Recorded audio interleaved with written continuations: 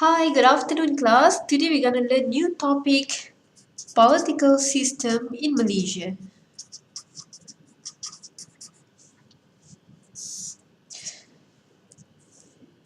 Basically in Malaysia, our government adopts three different types of systems. The first one is known as constitutional monarchy.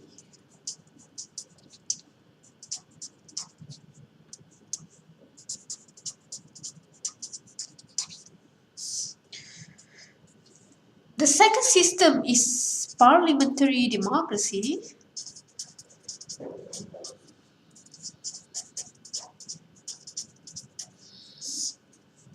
And the last one is federation, or some might call it federalism. Okay, let's look one by one what is constitutional monarchy, parliamentary democracy, and federation. The term constitutional monarchy is obviously come from two words, monarchy and constitution. So we have monarchy here. Monarchy is always represented by the king. And we have constitution. How do we draw a constitution? Okay, let's me draw the federal constitution then.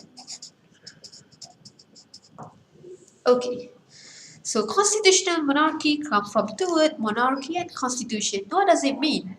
In constitutional monarchy, in order for a government to be known as a constitutional monarchy, it must have monarch or king. So we have king in Malaysia, right?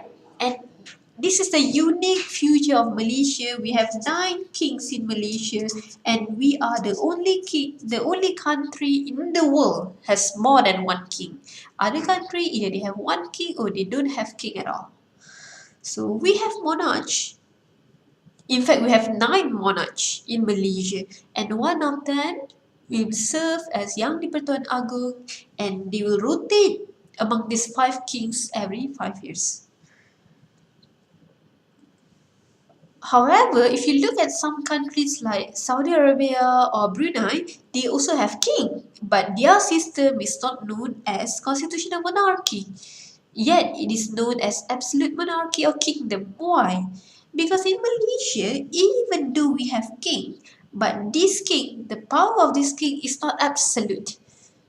He is not the source of law. Yet, king in Malaysia is bounded by the law as revealed or outlined in the constitution. So we have constitution here, federal constitution. So constitutional monarchy means the country has a king, has a monarch, yet this monarch is not absolute in terms of power, rather his power is bounded, defined, determined by the constitution. And in this case, constitution the position of the constitution is higher compared to the monarch. This system we call constitutional monarchy. Go to the second concept, parliamentary democracy. As constitutional monarchy, you can see parliamentary democracy come from two words, democracy and parliament. Democracy is normally represented by the election. Okay, it's impossible for a country to be democratic if there is no election. So this is ballot box if you don't know, because I know my drawing is bad. Okay, this is a ballot box representing democracy. Why? Because in a democratic system, people got a chance to elect for their own leaders. And parliament, okay, it's the legislator, the institution who make law or make law or enact law. Okay, let me draw parliament here. Okay, this is our parliament, Malaysia.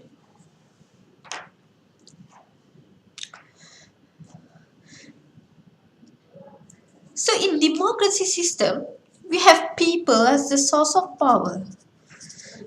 People or voters as the source of power. And these people elect or vote for their representative, and later their representative will sit in the parliament and they are later known as members of parliament. So this is here democracy. Parliament, okay, we have MPs. So from people, they elect MP,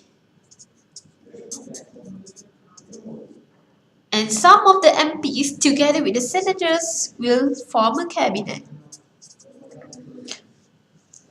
So this is the parliament part because MP sits in the parliament. Parliamentary democracy from this illustration means a system where people and voters elect, choose their members of parliament who later some of them become the cabinets members. So here the parliament, the members of parliament, they are responsible and accountable towards the people, and later they are also responsible and accountable towards the cabinet members. So these concepts from people from people who electing members of parliament who later sit in the parliament, and these people, some of them will be selected as the cabinet members. These concept be known as parliamentary democracy. Federation is a system of government where the constitution clearly divides the power between federal government and state government.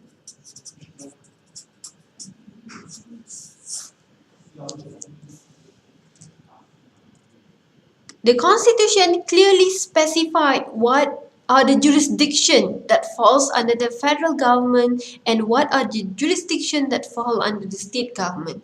So in Malaysian case, our federal government is responsible on internal security,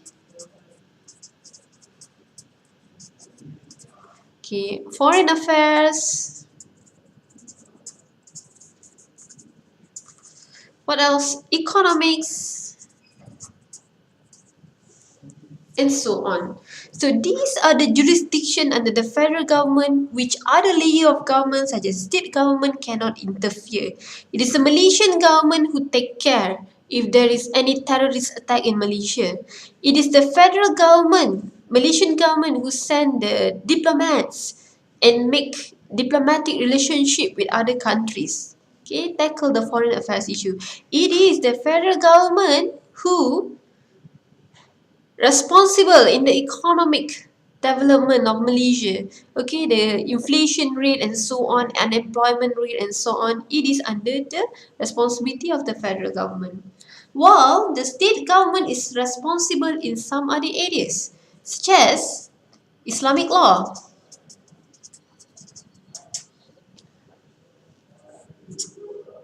Malay culture, okay, and so on. So these three areas